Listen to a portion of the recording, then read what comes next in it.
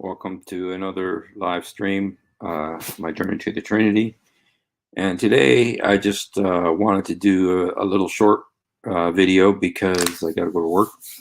And this one, I wanted to look at some extra biblical evidence for the crucifixion.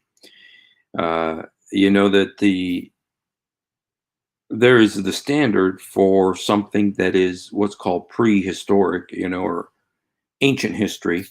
Ancient history is if there is one source, for instance, like things about, Aristotle, Plato, Julius Caesar, all that kind of stuff. For ancient history, if you got one documented source, can establish the historicity of that event. But the crucifixion has many sources. And there's the biblical, but there's also the extra biblical. And the fact that in the Bible, the crucifixion is recorded four times, four different gospels. And then it's in all three of the synoptic gospels, Matthew, Mark, Luke. And then it's also in the Gospel of John, which was independent of the other three. Unlike, they said that Matthew, Mark, and Luke all they borrowed from each other some of the stories and stuff that are in them, but John was independent. He did, but all of them include the crucifixion. So there's four valid historical documentation of the historicity of the crucifixion, that it is an actual historical event that occurred. Hello, how are you, Dragon? Welcome. Shalom. And so there is the four gospel present a very solid, extreme, speaking in historical perspective, not the spiritual. For the spiritual, we know that Jesus Christ is God. We know he's the Son of God. We know that he died for us, and we know that he lived for us because of what he's done in our lives, and we know he's alive now. But in terms of a historical event, you see, this is the amazing thing about the story of Jesus. In the story of Jesus, God entered history. God entered human history and became a part of human history. It's not a fairy tale. It's not some story that somebody made up, like all the Greek mythology and all the Roman and Egyptian mythologies and all those things, and the Norse mythology, Thor and Odin and all the Valhalla and all that. No, Jesus was a historical person who actually existed. And we have so much evidence about his existence. And we have so much evidence about him being a real person. And we have so much evidence that he died and rose again. And that's the neat thing about the Bible, especially when you look at the Gospels, because they are eyewitness accounts. They're eyewitness accounts. Look at how many times the word eyewitness is used when the Gospels, like Luke. The whole Gospel of Luke is based on eyewitness accounts of the life of Jesus. Many of them, the eyewitness accounts come from the mother of Jesus, Mary. The Gospel of Luke, so much of what's in the Gospel of Luke is from the mother of Jesus, Mary. And she's the one who saw Jesus, Gabriel. She's the one who saw Zechariah and Elizabeth, and she's the one who heard Elizabeth say, "How is it that the mother of my Lord has come to see me?" She's the one who saw, Joseph and her going to Bethlehem, and then she's the one who saw Simon coming into the temple and blessing the baby. She's the one who saw Anna coming, the prophetess, and prophesying over the baby. She's the one who saw the shepherds come and worship him. She's the one who saw the wise men come and give the gold. And so she was the eyewitness to all these things. And she's the one who shared those things. And she was also the eyewitness to the crucifixion because she was at the cross. And she was an eyewitness to the resurrection. And she was an eyewitness to Pentecost because she was there at Pentecost. So Mary is an eyewitness to all of these things. And so in the Gospel of Luke, especially, you get the eyewitness testimony. And, you think, well, wait a minute, this is the inspired word of God, yes, it's the inspired word of God, but God moved on men and he inspired men to write it. And with Luke, especially, he did such an incredible investigation of eyewitnesses. This is very important. Luke is the eyewitness of the eyewitnesses. Luke is the eyewitness of the eyewitnesses. He spoke to the eyewitnesses and wrote what they said. And so like Mary, Peter, John, he spoke to these. And so he got eyewitness account. And John was also at the cross. So anyway, so there, the Bible has the divine element and it has the human element. It has the human element. And the power of the human element is so powerful that, the strongest form of testimony is eyewitness testimony. And the Bible is so full of eyewitness testimony. Mary was at the cross. She saw it. Jesus spoke to her from the cross. He said, "Woman, behold your son." He said to John, "Man, behold your mother." So the eyewitness testimony is so powerful. So anyway, the Bible itself is so solid historically as a source for the story of the crucifixion. It has 4 very solid stories, as well as, when you deal with the crucifixion, you also you're dealing with a supernatural book, the Bible. You're also got to deal with prophecy. And I mean, King David wrote about the crucifixion. Isaiah wrote about the crucifixion. Zechariah wrote about the crucifixion. Hundreds, 1,000 years before Jesus was born. So there you get into the divine, the supernatural element of testimony of the crucifixion. Then you got the 4 Gospels, and then you got the letters by Paul, all of them testifying to the crucifixion and the resurrection of Jesus Christ. And so you have all of these testimonies, and then you got Jesus's own words, his own prophecy, predictions of his crucifixion. And yes, and he showed himself over it. Then, the resurrection, Dragon, is something that the resurrection blows this into the stratosphere because it is, and I'm not yet prepared to talk about the resurrection. It is so powerful. It is so awesome. It just blows everything up when you get into the resurrection. And to be honest, I'm not ready to talk about it because it is so powerful. It is so, and it is, there's no way to argue against it. It is so powerful. It is so well documented. And so, to be honest, I'm not ready to talk about it because it is so amazing. And I'm getting ready to talk about it, but I'm not ready right now. And I want to be, when I talk about the resurrection, I want it to be the best thing I ever did in my life. I want it to be the best thing I ever did in my life because it is so incredible. Not just the resurrection, but the historical documentation of the resurrection and what this means for ancient history, and just is amazing. And but today I want to look at some of the extra-biblical, some of the sources outside of the Bible that talk about the crucifixion, because we do have the Bible in many, many, many times from many different sources, from many different times, from many different locations, from many different writers, before and after, during the lifetime of Jesus, about the crucifixion. But I like to look at some extra biblical sources.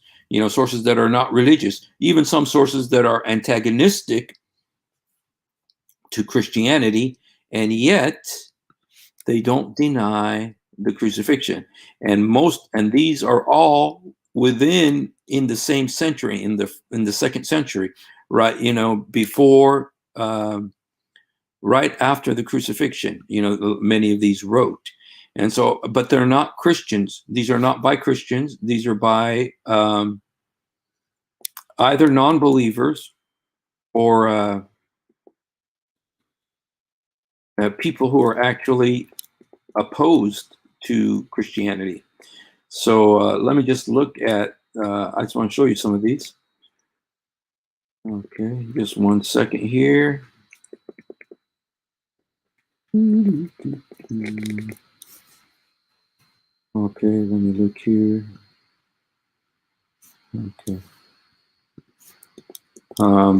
Okay, right here. Let's look at some of these here. Okay, the first one I want to look at is this guy right here. Going to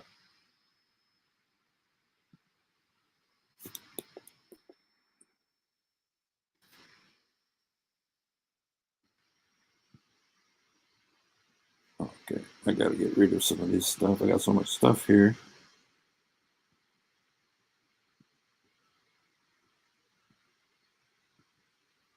I got so much stuff here that makes it hard to be able to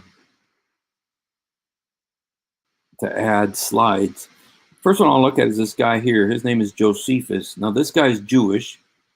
This guy is Jewish, Josephus, and he wrote the book.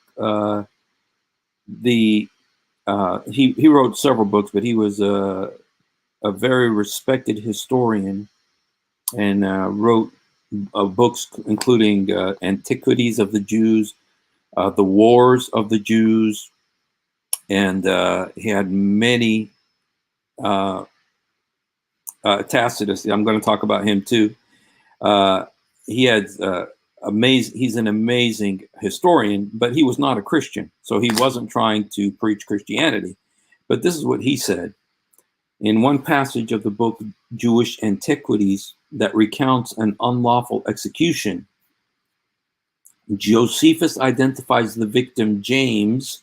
Okay, this was the execution of James, the brother, as the brother of Jesus, who is called Messiah, a man who did surprising deeds and was condemned to be crucified by Pilate. So here it's a Jew. Now this is what, was in the first century. This was in the first century. And here is a Jew who's not a Christian. And yet here he says, historically, a man who did, talking about Jesus, a man who did surprising deeds and was condemned to be crucified by Pilate. You have there the crucifixion. You got the name of Jesus that is called the Messiah, who did surprising deeds. There's actually a passage, I hope I can get it, where Josephus says, if he could even be called the man, because he was so amazing and the things that he did. I mean, Josephus, even though he wasn't a Christian, he wasn't a believer, and yet he said these amazing things about Jesus. And so, but here he did surprising deeds and was condemned to be crucified by Pilate. And so here you have again the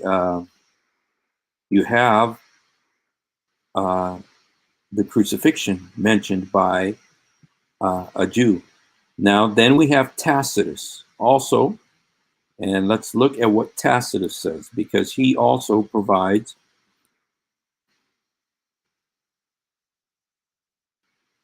okay, let's go ahead and show you this.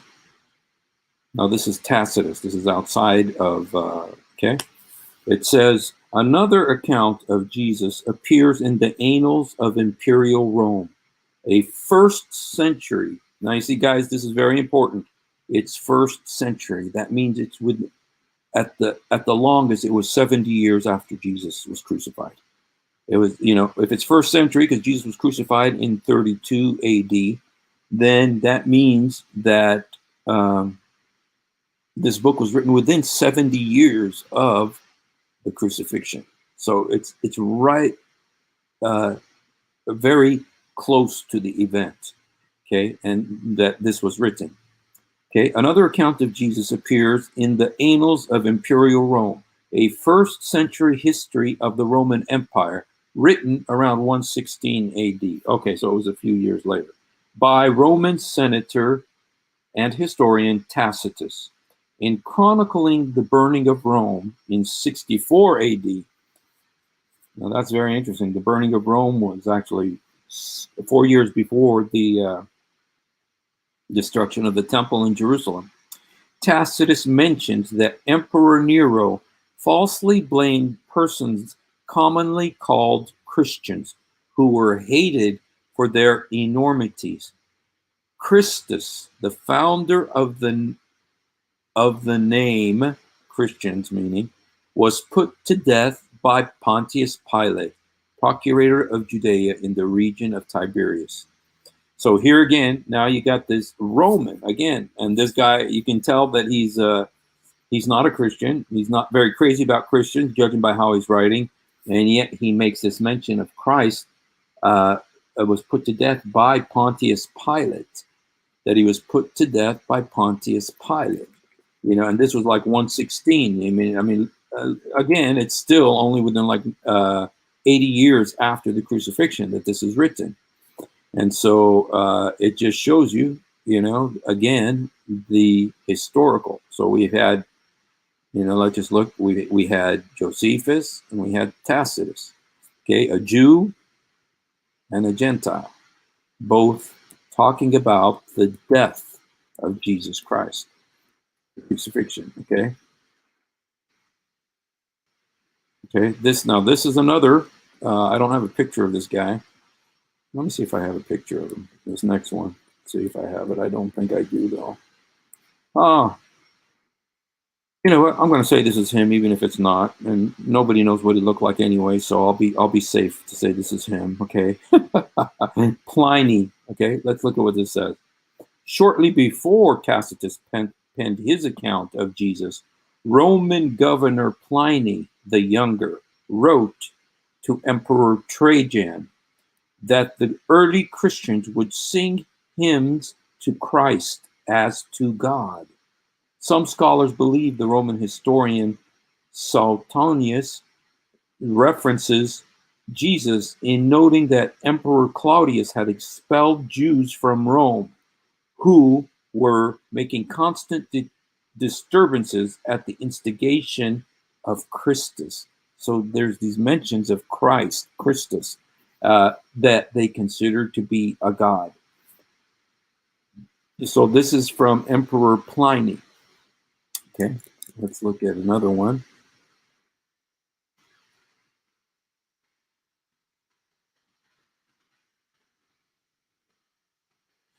Okay.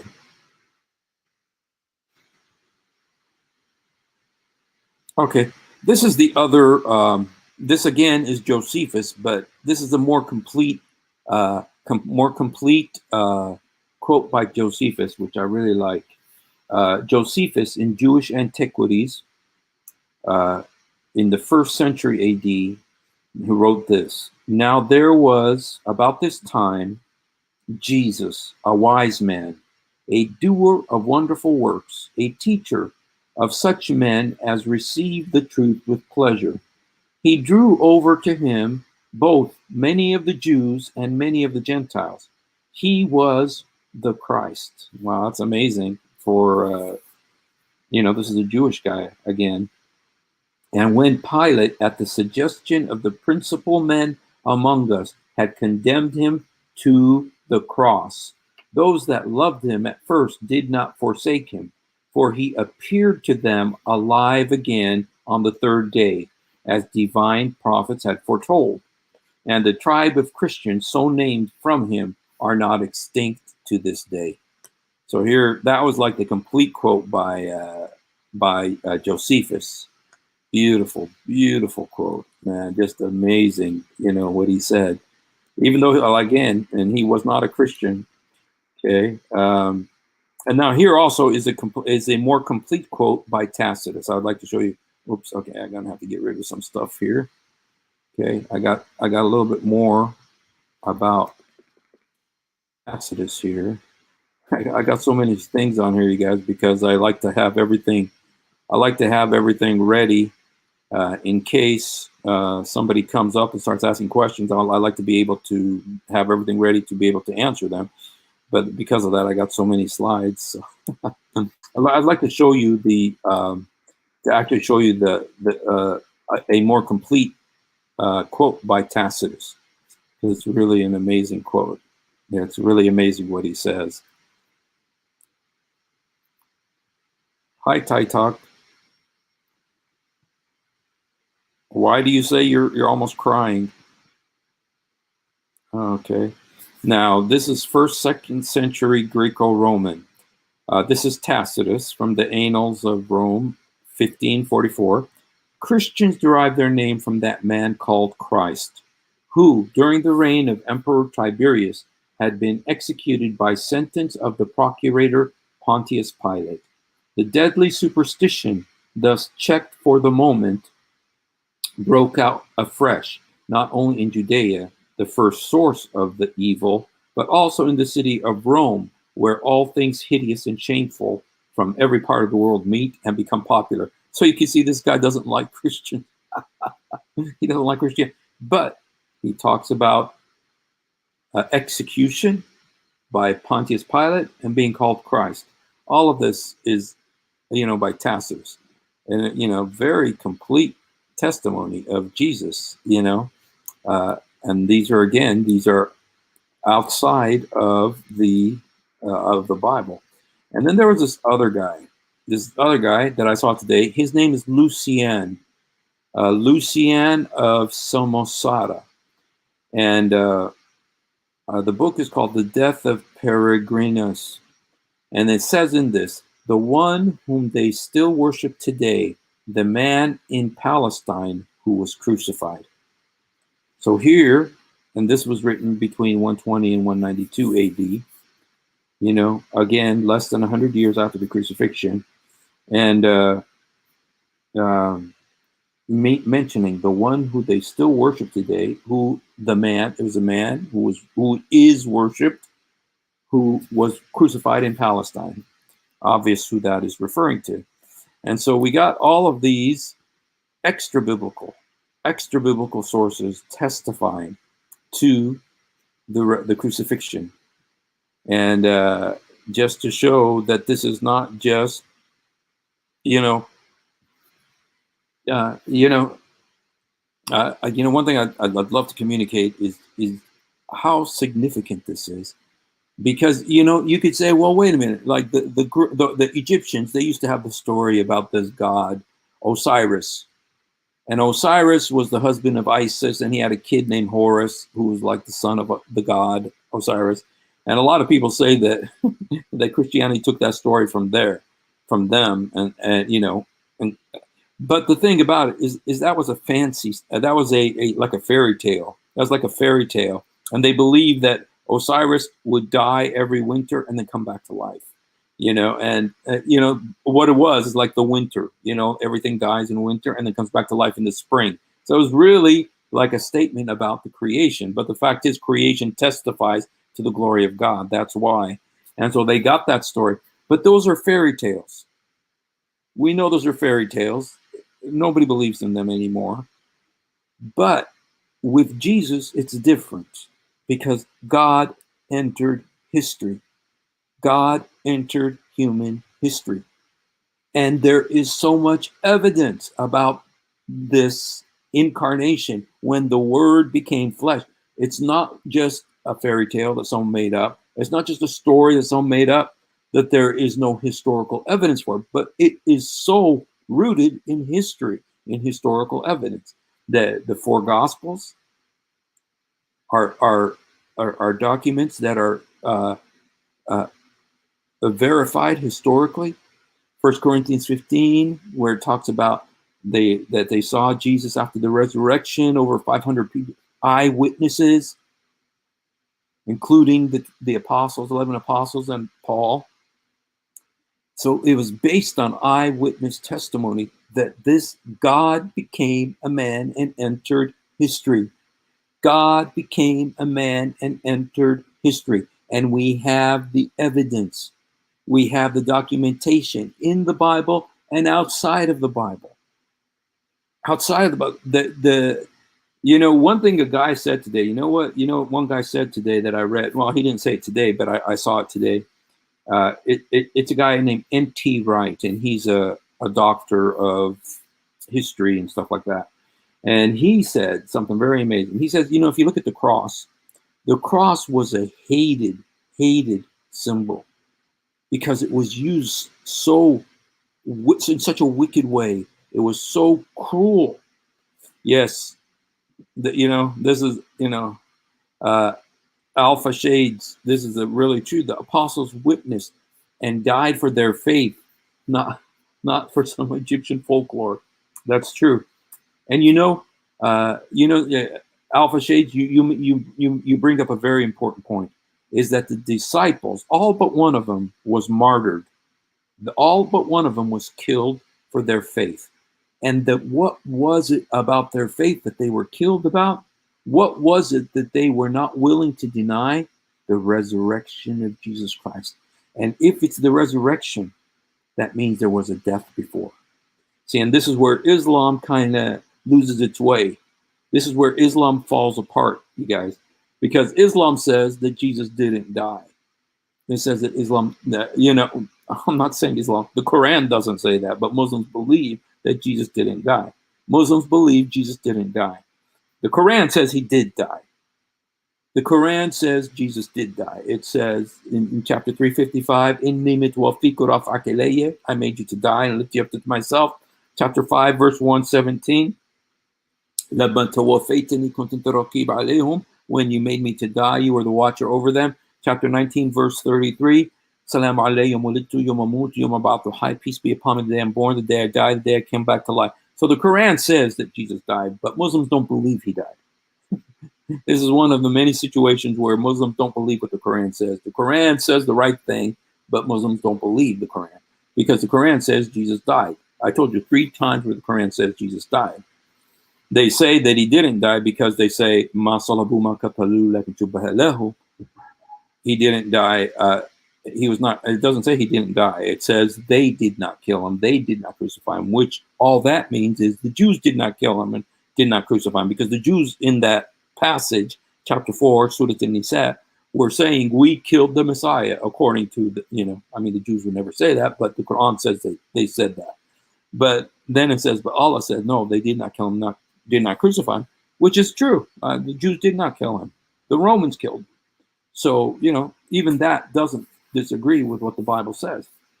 So anyway, but but the Muslims, they believe that regardless of what the Quran says, Muslims believe Jesus didn't die, which is, they just don't believe the Quran because the Quran says he did. But anyway, they don't believe the Quran. And the Quran says that, they believe that that God took someone up into heaven, took Jesus up into heaven, made somebody else look like him, and that person was crucified. That's the belief, even though that's not what's in the Quran. But that's the belief. And so, but the problem with that is that Jesus came back to life. Yeah, and so they say somebody else was crucified. Say somebody else was crucified. But the problem is the amazing historical evidence of the resurrection. The amount of evidence of the resurrection is mind-blowing. And the fact that he rose again destroys that theory, destroys that the theory that he didn't die, somebody else died in his place, because he's the one that rose again.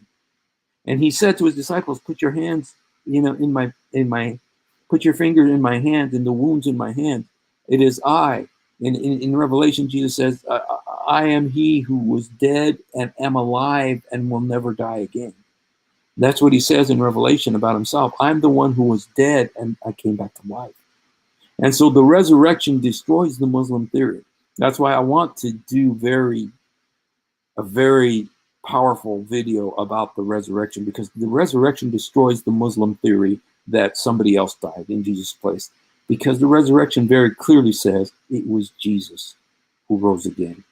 And if it was Jesus who rose again with wounds in his hands and feet and in his side, then it means that Jesus is the one that was crucified. And so anyway, I'm still working on that. One's going to take me a while to work on because I want to get it just right, because that is so powerful. That amount of evidence about the resurrection is phenomenal. And so we want to use it very effectively and in a wise way. So anyway, I hope to do that very soon, because it's something that I love to talk about and I love to study. So anyway, today I just wanted to show you some extra biblical evidences of the crucifixion. You had the Jew, Josephus, you had the Gentile, Tacitus, and you had the other Gentile, Pliny, and you also had this person, Lucian of Samosata. All four of them non-Christians, but they all, within 100 years of the crucifixion, talk about Jesus being crucified. This is outside of the Bible. This is beside the Bible, beside Psalm 22, beside Isaiah 53, beside Zechariah 12 and Zechariah 14. It's beside Matthew, Mark, Luke, and John, and all of the letters. And, you know, in addition to all that, the wealth of the evidence. And, you know, I just want to get back to what Alpha Shade said here about the apostles dying. You know, somebody could say, well, you know, the apostles died for what they believed in. So, you know, lots of people die for what they believe in. You know, many Muslims have died for what they believe in. Many Buddhists have died for what they believe in. Many secular atheists have died for what they believe in. People are always dying for what they believe in. So that's what's so significant about the apostles dying. Well, the apostles died for a specific thing, something that they saw with their eyes. It wasn't just a belief. Like the Muslim who dies for his belief, he's believing in what he read in the Quran. It's not for something he saw with his eyes, but something that he believes. And the Buddhist who believes in what he believes, and the Hindu who believes in what he believes, you know, they're dying for something, for what they believe. But the disciples were dying for something they saw. They were dying for something they saw. They saw Jesus Christ rise from the dead, risen from the dead. They saw him with the wounds in his hands and feet, and the side and in his side. They were dying for something they saw with their own two eyes. And that's why, you know, they can say people might die for a lie. People might die for a lie, but they won't die for something they know is a lie. People might die for a lie, but they won't die for something they know is a lie. And so the disciples, if it was a lie that Jesus rose again and appeared to them, they wouldn't have died for it. All of them, all 11 of them. And this, in honesty, when you take all the 11 dying for their testimony, for their eyewitness testimony of the resurrected Jesus Christ, who died on the cross, rose again after 3 days, if they all, just if you take that, the implications of that, they were dying for something they saw. They were dying for something they saw with their own two eyes. That Jesus, who had died, had come back to life. That's why they died. So they're not dying for a belief, unlike other people who die for their beliefs. They weren't dying for their belief. They were dying for something they saw with their eyes. Now, if I was a Christian, if I was to be killed for being a Christian, like Muhammad said I'm supposed to be, you know, what did Muhammad say about me? For anybody who, let me see if I have it here. What does Muhammad say about me? He says, "Man baddal deenahu fa'uqtiluhu." You know, if I was to be, I am dying for what I believe and what I experience. And I know that Jesus is real by what I've experienced. But it's my belief and what I experienced. But it was different for the disciples. For them, it wasn't just a belief. they saw him. So they were dying for what they saw, not just what they believed. And that's why they all died. They all believed because they saw with their eyes Jesus rose again. And so that's the power of the fact that these 11 died. These 11 died as martyrs for what they saw with their eyes. And that is so powerful. It's 12 powerful cannons firing at the same time, testifying that Jesus died on the cross, rose again after 3 days. And so anyway, I just want to show you some of these. I need to do something about that too. I know that Josh McDowell did a wonderful job in his book, More Than a Carpenter, about that subject. It was just a beautiful subject. I need to read it again, refresh my memory about it, because it's a wonderful, wonderful subject. So anyway, thank you all for being here. Blessed, right, exactly, who did not see. Blessed are they who believe and did not see. Yeah, he did say that, but that still doesn't take away from the fact that the disciples did see, and they died for what they saw with their eyes. And the fact that all of them died for it, shows, except for John, it just is so powerful. It just intensifies. It's just like, it's so amazing how powerful a testimony that is. And so praise be to God for that. So anyone who doesn't believe Jesus died, change your mind now. He did die. The Bible tells you he died. The Bible, which the Quran testifies to, affirms, says he died. The Bible that Muhammad came to affirm, Rasul min inda Allah, musaddiqan lima ma'hum. That's what the Quran says about the Bible, that Muhammad came to affirm the Bible. The Bible that Muhammad took and said, Amantu biku biman anzalak, I believe in you and the one that sent you. The Bible that Muhammad believed in, you should believe in. And it says that Jesus died and rose again after 3 days. Accept that. Accept that. Yes, John died in the on that island. And yeah, he was boiled but didn't die. That's true. And so anyway, accept him today. Say, Jesus, help me. Jesus, forgive me. Jesus, come into my heart. Jesus, help me. Jesus, forgive me. Jesus, come into my heart. He is alive. He's real. He's right with you right now. He loves you so much. He cares about you. And so anyway, God bless you. Thank you all for being with me, and I look forward to being with you tomorrow. I hope tomorrow to have a really great guest. I'm hoping this is going to work out. I'm going to have a really great guest tomorrow. So God bless you guys. Love you all. Thank you for being with me.